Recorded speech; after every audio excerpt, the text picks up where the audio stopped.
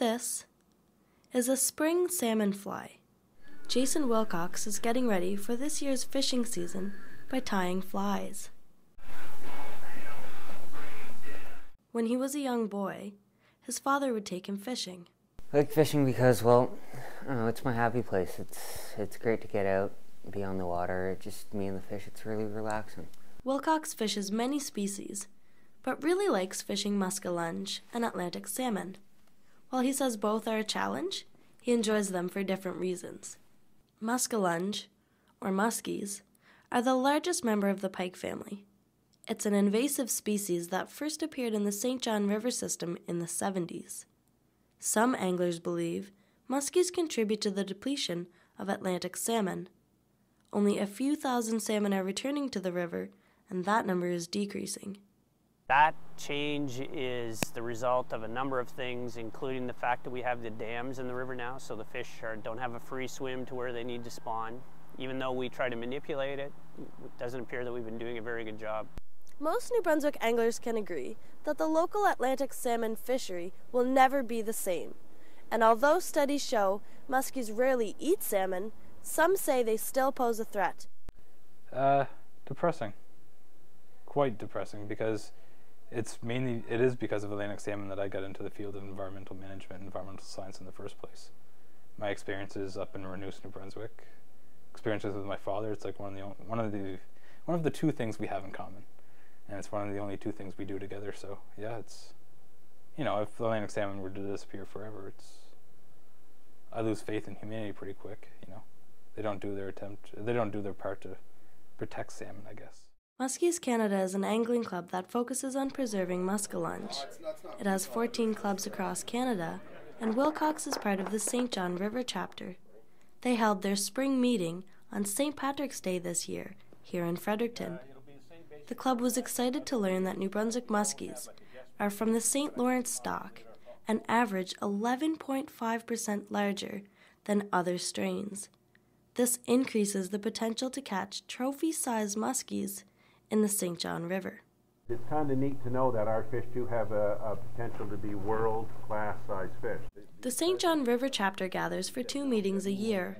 They discuss club news, enjoy brunch, and a tackle swap. Lindsay Ross is a new member. It's nice to get more advice and feedback from other people, because you spend so much time in the water and you don't know what you're doing wrong or right or whatever. Chapter members take advantage of the opportunity to swap baits, stories, and memories.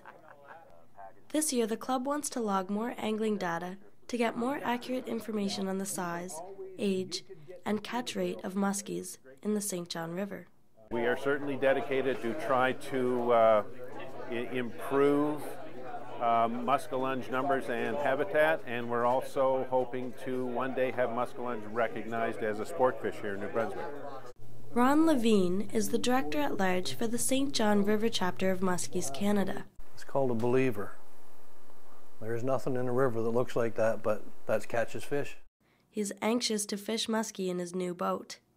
He says salmon fishermen want muskies out of the St. John River. They kind of blame muskies on the depletion of salmon in the St. John River, and that's simply not the case, because they were going downhill since they put the Mactaquac Dam in the 1960s. Levine loves muskie fishing, but says it's an expensive hobby. I've got everything and more, and 2 and 3 and 4 of some of them. It has a potential for being multi-million-dollar tourism for the province. It's a cash fall for the province. Now that they're here, they're never going to get rid of them.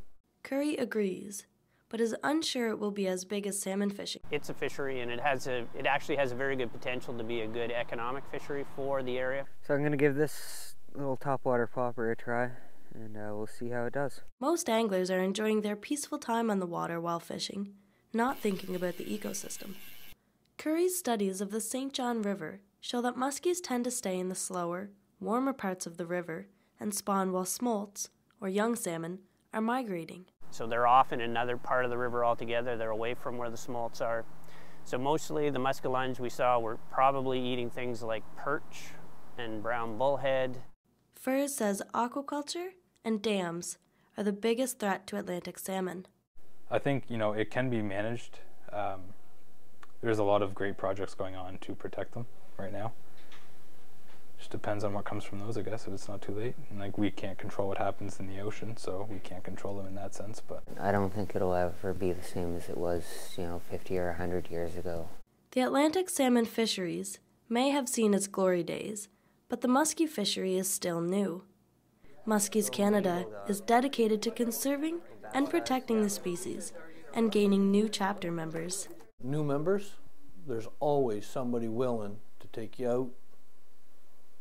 And to get you hooked, I want you to catch a fish.